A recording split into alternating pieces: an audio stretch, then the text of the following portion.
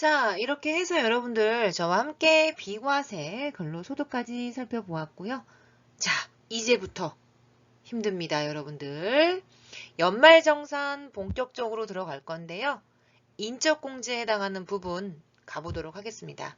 자, 대굴팍에서 빠지는 게 있고 배떼지에서 빠지는 게 있는데요. 머리에서 빠지는 것들 중에 가장 절세 효과가 큰 게 이 인적공제입니다. 사람으로 빼주는 거예요. 그래서 기본공제 대상자에 들어간다면 150만원 공제가 가능합니다. 괜찮죠, 여러분들? 그리고 신용카드 공제 2개가 있습니다. 자, 그러면 일단 너 기본공제야? 아니야? 요거에 대한 판별을 하기 위해서는요, 여러분들 뭘 알아봐야 될 거냐면 이 세 가지 조건에 대해서 AND로 만족하셔야 돼요. AND. 그게 중요한 겁니다. 그래서 그림을 한 판 그리도록 할게요, 여러분들. 자, 여러분들이 거주자라는 표현을 습니다. 거주자. 여러분은 대한민국 소득세법은요, 거주자. 우리나라에 주민등록증이 있거나 아니면 거소. 그래서 왜 배우신 거 기억나시나요? 거소는 얼마 이상 거소해야 183일. 외우셨죠, 여러분? 이게 얼추 1년이 365일이면 그 중에 너 반 이상 살았어? 그럼 너는 거주자로 간주할 거야. 그 뜻입니다. 그래서 여러분, 외국인 노동자라 하더라도 우리나라에서 얼추 6개월 이상 하면 거주자로 간주해 버려요. 그래서 뭘 내야 돼요? 세금 내야 됩니다. 자, 그래서 거주자 본인이라고 이렇게 표현을 쓸 거고요. 제가 결혼을 하죠. 지금 뭘 살펴볼 거냐면 여러분 대상 요건을 살펴보는 겁니다. 그래서 배우자. 그러면 이제 뭐가 나오죠? 이상하네. 표현이 이상했네요, 여러분들. 자녀가 나옵니다. 근데 이 자녀가 어린 나이에 사고를 친 거야. 그래서 자녀를 낳을 수도 있죠. 그거를 우리는 세법에서는 손자녀라는 표현을 씁니다. 중요한 건 자녀의 자녀까지 나의 기본공제 대상자의 대상으로 들어간다 그 뜻입니다. 자, 그런데 결혼을 했는데 어르신분들이 있을 수 있죠. 거주자 본인의 부모가 있을 수도 있어요. 그죠? 그러면 싸우죠, 여러분들. 네 부모만 부모냐? 내 부모도 부모다. 나도 해달라. 그래서 같이 부모 다 기본공제 대상자에 들어갑니다. 그런데 그 부모의 부모까지는 돼요. 여기까지. 그래서 여러분 이거를 그림으로 잘 그려 넣으셔야 합니다.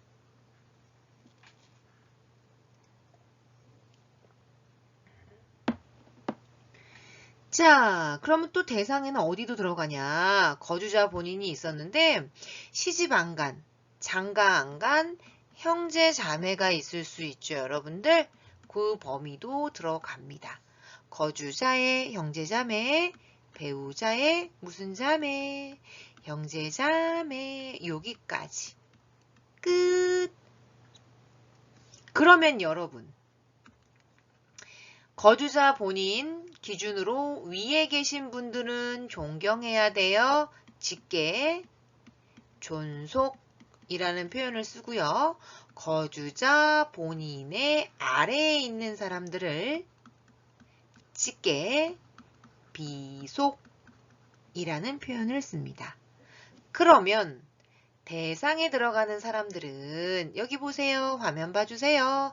거주자 본인과 여기 초록색 때문에 본인, 배우자, 직계, 존비속, 그 다음에 누구? 형제, 자매. 제가 초록색으로 쓴 거 보이시나요? 요게 대상에 들어갑니다. 그렇다면 우리가 실무도 중요하지만 자격증 시험 문제에는 뭐가 나오냐? 가볼게요. 대상이 아닌 사람들이 나와요. 요거 별표해 놓으시고요. 조카, 이모, 외삼촌, 형수, 사위 이렇게 나와요. 그러면 뭐 조카, 이모 외삼촌, 형수 이런 사람들은 왜 안 되냐면 이거 그림 보세요. 제가 여기 초록색으로 동글맹이 친 사람들만 기본공제 대상자에 들어간다 그랬었잖아요. 여러분 이모하고 외삼촌 잠깐 보실래요? 이모하고 외삼촌은요. 부모의 형제자매죠. 나의 형제자매는 아니잖아. 우리 부모님의 형제자매잖아요. 그래서 안 되는 거예요. 그리고 여러분 형제자매까지 된다 그랬지. 그 자매의 배우자 된다 안 된다. 여기 보세요. 형제자매까지만 되지 그 사람의 배우자는 안 들어가잖아요. 그러니까 형수 안 됩니다. 조카도 안 돼요. 왜? 나의 자녀, 그 자녀의 자녀까지만 되니까. 그래서 이 그림을 정말 그려놔야겠어요? 안 그려놔야겠어요? 완전 중요하겠죠, 여러분들. 나중에 실무 가셔서도 아니 이 사람은 이분은 돼요, 안 돼요? 이런 거 굉장히 많이 물어봐요. 그러면 그림 하나 보여주고 이분들이 한해서만 됩니다. 라고 공지를 해버리면 여러분들이 나중에 실무하실 때 업무 보실 때 좀 더 편안하겠죠, 여러분들. 단 조심하실 게 있어요. 걔는 또 별표야. 자, 며느리 사위도 원래는 안 돼요. 자, 그림 볼게요. 자, 여러분 거주자가요. 사랑을 해서 배우자를 만나죠. 그래서 자녀를 낳죠. 근데 그 자녀만 된다고 제가 말씀드렸죠. 그런데 지금 이 부분 하고 있습니다. 이 부분 며느리 사위. 자녀만 되는데 자녀가 안타깝게 장애인이 되었어요. 그러면 여러분 대부분 장애인인 경우에는 대부분 배우자도 장애인끼리 이렇게 결혼을 시키죠. 물론 아닐 수도 있지만 아니면 안 돼요.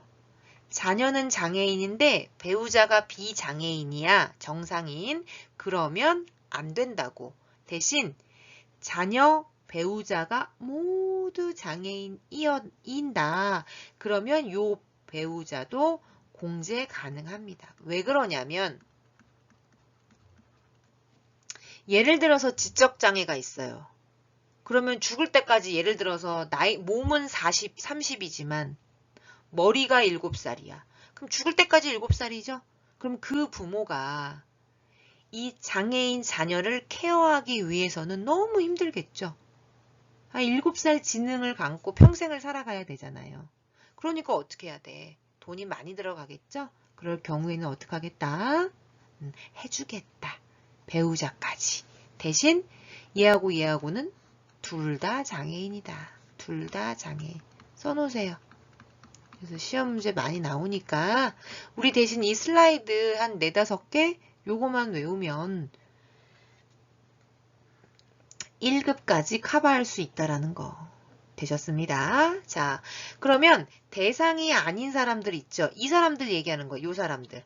아예 기본공제의 대상에 들어가지 않는 조카, 이모, 외삼촌, 형수 이런 사람들은 무조건 여러분들 기본공제에서 탈락해요. 아예 입력을 불가하고요. 다시 대상이 아닌 사람들은 아예 입력을 하고요. 혹시 기본공제에서 탈락하는 사람들이 있을 수 있어요. 예를 들어서 배우자가 소득이 많아. 그럼 탈락하죠? 대신 부로는 입력하셔야 돼요. 요거는 저랑 전산 입력할 때 갈게요. 왜 그러냐면 다른 공제를 받을 수 있죠. 다른 공제는 가능하기 때문에 예를 들자면 뭐 의료비 같은 경우가 제일 조건이 완화된 거거든요. 그래서 대상이 아닌 사람은 아예 입력하지 마라. 대신 기본공제 제가 얘를 3가지를 다 AND로 만족하라 그랬었잖아요. 그 중에 하나라도 탈락되면 기본공제는 탈락되지만 의료비나 다른 공제를 받을 수 있기 때문에 입력을 하되 부로 입력해라. 요거는 전산할 때 저랑 한번 해보도록 할게요. 자, 그렇다면 나이 제한으로 한번 가볼까요, 여러분들? 나이 제한은 만 20세 이하 또는 만 60세 이상인 사람들만 해줘요. 왜 그러냐면 얘도 이유를 알면 외우는 게 편해. 경제활동을 못하는 나이라고 간주하는 거야. 그러니까 내가 얼마나 힘들겠어. 내가 거주자 본인이라면 얼마나 힘들어. 만 20세 이하니까 아직 미성년이잖아요. 그럼 내가 다 해서 먹여야 되고 만 60세 되신 분들은 이제 퇴직을 하잖아요. 그럼 집에 놓으시겠죠. 부모님들이. 그럼 또 어떻게 해야 돼? 내가 또 케어를 해야 돼요. 그럼 내가 얼마나 힘들겠어. 그러니까 공제의 대상에 들어가는 거다라고 이해하시면 조금 마음이 편하실 거예요. 자, 나이 제한이 없는 자 버릴 게 없어. 배우자 나이 제한 두면 큰일 납니다. 내가 남잔데 결혼을 했어. 근데 나이 제한을 두면 만 20세 이하인 사람 아니면 만 60세 이상인 사람만 결혼해야 되는 건가? 아니죠. 그래서 배우자는 나이 제한이 없습니다. 본인 당연히 없죠. 참고로 여러분 본인은요. 모든 제한이 없는 건 아시겠죠? 왜요? 자, 형광펜. 본인은요. 내가 낸 세금에 대해서 정산을 해서 돌려받고 추가로 내는 거기 때문에 나에 대한 제한은 없습니다. 단 나이 제한 없는 자는 배우자, 장애인, 물론 본인 들어가고요. 장애인은 아까도 말씀드렸듯이 7살짜리 지적장애가 있어요. 그럼 죽을 때까지 7살이죠. 그러니까 나이 제한을 둘 수가 없다라는 거 꼭 기억해 놓으시고요. 그러면 이 세 가지 요건을 판별하는 것 중에 가장 중요한 게 이 소득 요건이에요. 왜 그러냐면 이 소득이 계산하는 게 힘들죠. 그래서 제가 준비했습니다. 뭘요? 얘만 외우면 됩니다. 여기까지. 1급까지 다 커버한 거예요. 1급까지 여러분들.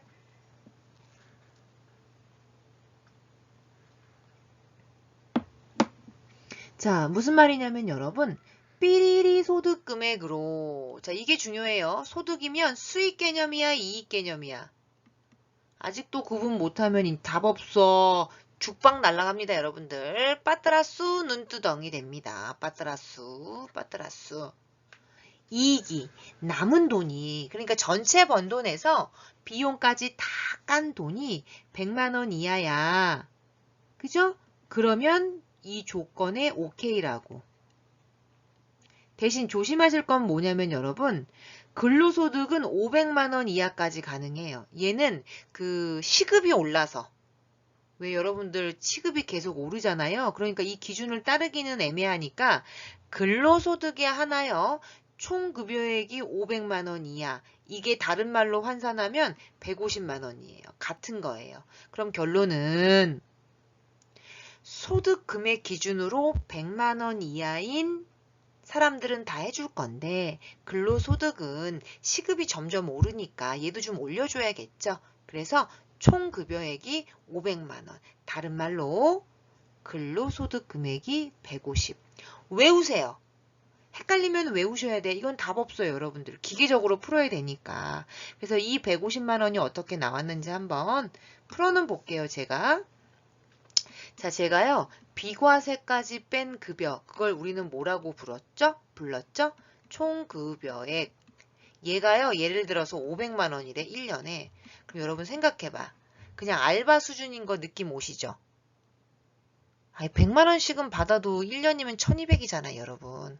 그잖아요. 그러니까 알바했단 얘기야. 그런데 우린 총급여액에서 뭘 빼주기로 했죠? 이거 근로소득 공제라는 걸 뺀다 그랬었어요. 앞부분 슬라이드에 있습니다. 그럼 우리가 뭐가 나와요? 근로소득 금액이 나옵니다. 무슨 말이냐면 근로자들아 너는 사업자처럼 영수증 같은 걸 모아서 기장할 수는 없으니까 너는 500만 원 이하 벌었니? 그러면 70% 쓴 걸로 간주해 줄게. 그 뜻이에요. 몰라도 돼요. 계산하는 거. 그러면 57에 35, 350만 원인 거 이해되시죠? 그러면 이 사람은 총급여액, 번 돈, 수익 개념이라 그랬잖아. 500만 원에서 맨 마지막에 남은 돈. 남은 돈은 얼마야? 150만 원이야.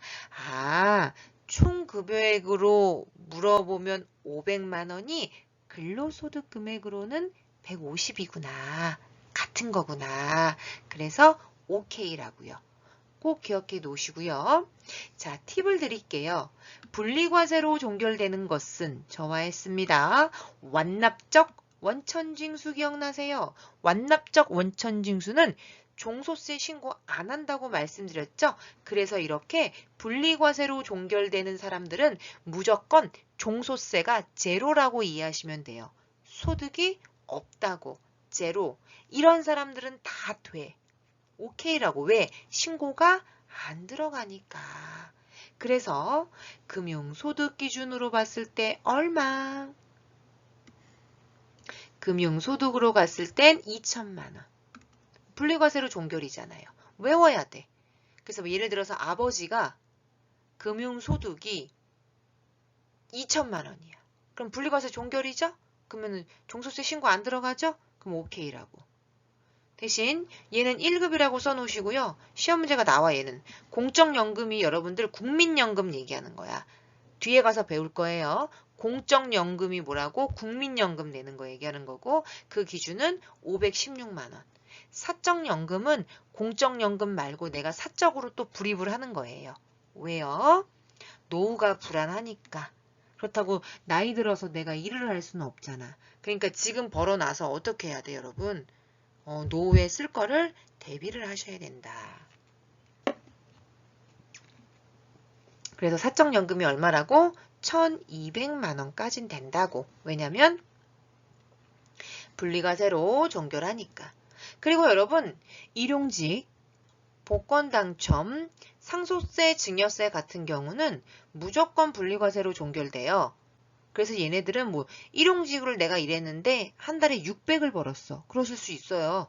일용직 전문가로 하시는 분들은 뭐 포크레인 이런 기사님들 있죠? 그 정도 버세요.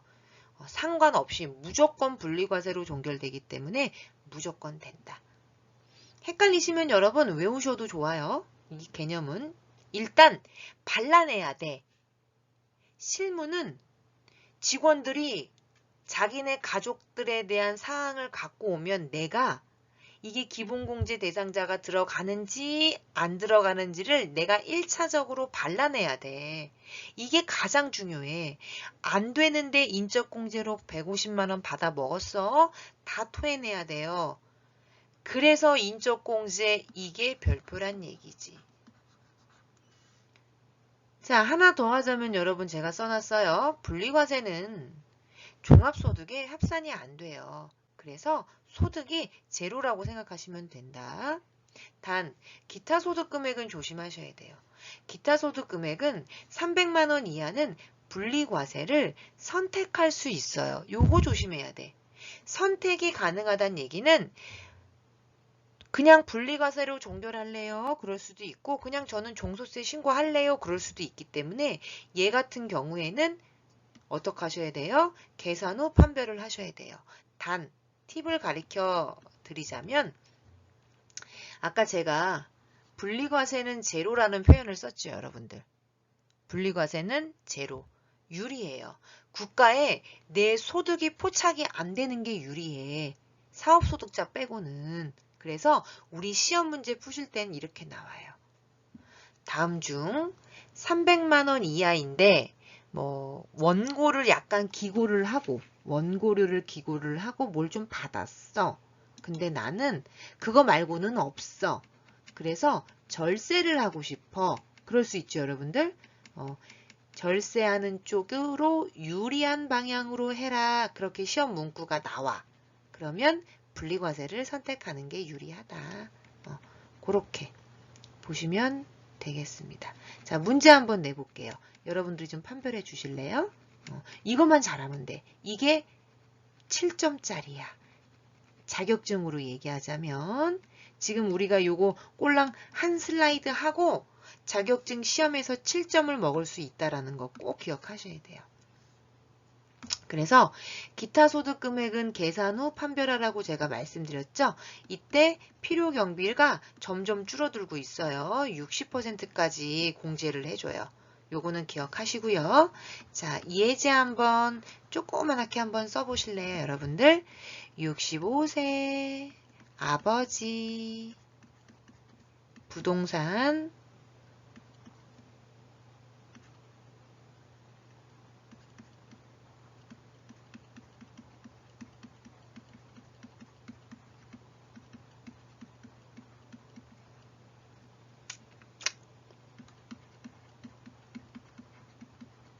한 3문제 정도만 풀면 될 것 같아요, 여러분들.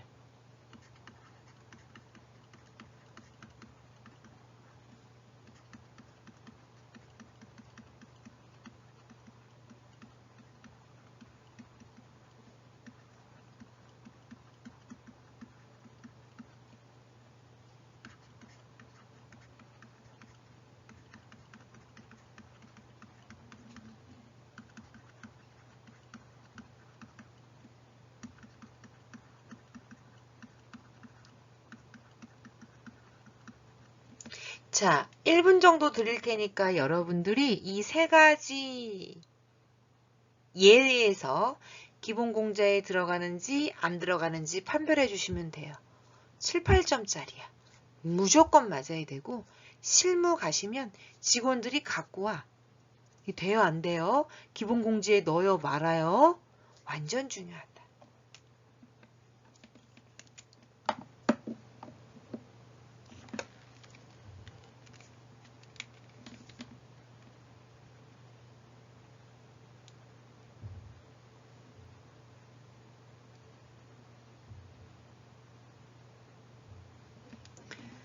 자, 그러면 여러분들 한번 저랑 풀어볼까요? 일단 이 3가지 요건을 다 만족하셔야 돼요. 그래서 제가 대상을 1번 요건이라고 표현을 할 거고요. 나이가 2번 요건, 3번 소득 요건이라고 갈게요. 자, 일단 대상이니까 아버지, 아들, 배우자는요. 제가 아까 그림 그려놨던 거 있었죠? 다 들어가요. 만족합니다. 자, 2번 요건 가보도록 할게요. 나이죠? 65세 되고요. 19세 되고요. 42세 됩니다. 왜요? 배우자는 나이 제한이 있다, 없다? 없다. 그럼 다 만족했어요. 안 어렵죠? 중요한 건 뭘 초이스하는 게 중요하냐면 소득 요건 따지는 게 굉장히 힘들어요. 실무도 마찬가지고. 그래서 일단 삐리리 소득 금액 기준으로 간다. 삐리리 소득 금액으로. 외웠잖아. 100만 원 이하. 그러면 이제 아버님은 120 이하니까 3번에서 일단 나가리. 왜요? 100만 원까지니까. 19세 아들이 기술을 공부해가지고 일찌감치 사업에 뛰어들어서 사업소득이 발생했어요. 100만 원까지 된다고 말씀드렸죠? 됩니다. 그럼 3번 요건도 만족. 자, 배우자 가보도록 할게요. 배우자는요, 근로소득 금액이 120만 원이야. 그러면, 자, 이 중에서 또 중요한 거, 제가 뭐라고 말씀드렸죠, 여러분들? 원래 소득 금액 기준은 100만 원이야. 그런데 총 급여액으로 나오면 500만 원까지. 다른 말로 근로소득 금액은 150만 원까지만 가능해. 그 뜻이죠? 그러니까 3번 어떻게 됐다? 된다, 안 된다. 아이고 넘어갔어요. 그죠? 그래서 된다. 그래서 아버님 안 되고 아들 되고 배우자도 된다라는 거. 거기까지 마무리를 할게요. 여러분들 이제 인적공제 중에서 기본공제가 끝났고요. 이번엔 기본공제 하나에서 추가공제라는 걸 또 해줘요. 와우! 그 대굴박에서는 여러분 크게 인적공제와 신용카드 공제가 있다라고 보시면 되고요. 여러분들이 알고 있는 나머지 공제들은 다 어디에 있어? 배돼지에 있다라는 거 잠깐 쉬었다가 해보도록 하겠습니다.